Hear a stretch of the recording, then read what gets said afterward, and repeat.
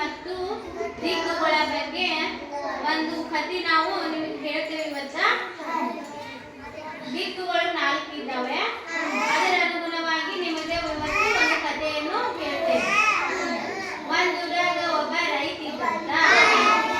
ಆ ರೈತನಿಗೆ 4 ಜನ ಮಕ್ಕಳು ಇದ್ರಂತ. ಆ 4 ಜನ ಮಕ್ಕಳು ಏನಿದ್ರು ಸೋಮಾರಿಗಳು ಇದ್ರಂತ.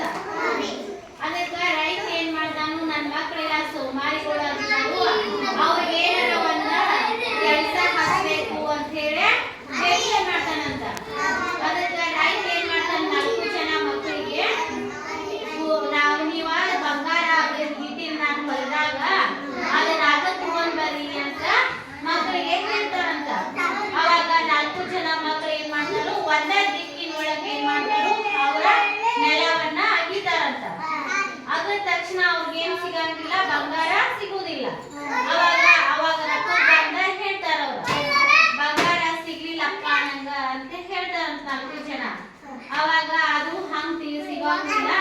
4 ದಿಕ್ಕಿ ಕಡೆ ಒಬ್ಬೊಬ್ರ ಅಗಿರಿ, ಅಗದ ಬೀಜ ಬಿತ್ರಿ, ನೀರ್ ಹಾಸ್ರಿ, ಅವಾಗ ನಿಮ್ಗೆ ಬಂಗಾರ ಸಿಗ್ತತಿ ಅಂತ ಹೇಳ್ತಾರಂತ ಅಪ್ಪ. ಅವಾಗ ಅದೇ ರೀತಿ ಯಾಕೆ ಹೇಳಿದಾಗ 4 ಜನ ಮಕ್ಳು ಏನ್ ಮಾಡ್ತಾರು, ಹೊಲಕ್ಕೆ ಹೋಗಿ ಒಬ್ಬೊಬ್ರ ಅಗಿತಾರಂತ. ಅಗದ ಬೀಜ ಬಿತ್ತೆ ನೀರೆಲ್ಲ ಹಾಸ್ತಾರಂತ. ಹಾಸಿದ್ಮೇಲೆ ಏನಾಗತಿ, ಒಳ್ಳೆ ಬೆಳೆ ಬರ್ತೈತಿ. ಆ ಒಳ್ಳೆ ಬೆಳೆ ಬಂದ್ಮೇಲೆ ಏನಾಗೈತಿ, ಅದನ್ನ ಅಪ್ಪಗ್ ಬಂದ ಹೇಳ್ತಾರಂತ. ಅಪ್ಪ ಆಮೇಲೆ ಏನ್ ಮಾಡ್ತಾರು, ಬೆಳಿ ಬಂದಿದ್ದನ್ನ ತೆಗೆದ್ಕಾರ ಸಂತಿಗೆ ಹೋಗಿ ಮಾರ್ಕೊಂಡ್ ಬಂದ ಹಣ ತಗೊಂಡ್ ಬರ್ತಾರಂತ ಮಕ್ಕಳ. ಅವಾಗ ತಂದಿಗೆ ಹೋಗಿ ಹೇಳ್ತಾರಂತ, ಹಣ ಹಿಂಗ ಚಲೋ ಹಣ ಸಿಕ್ ನಮಗ್ ಬಂತು, ಬೆಳಿ ಬೆಳೆದಿದ್ದಿಂದ ಅಂತ ಹೇಳ್ತಾನಂತ.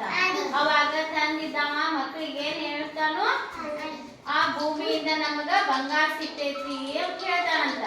ಕಷ್ಟಪಟ್ಟು ನಮಗೆ ಏನೈತಿ ಸಿಕ್ತತಿ ಅಂತ ಹೇಳ್ತಾರ.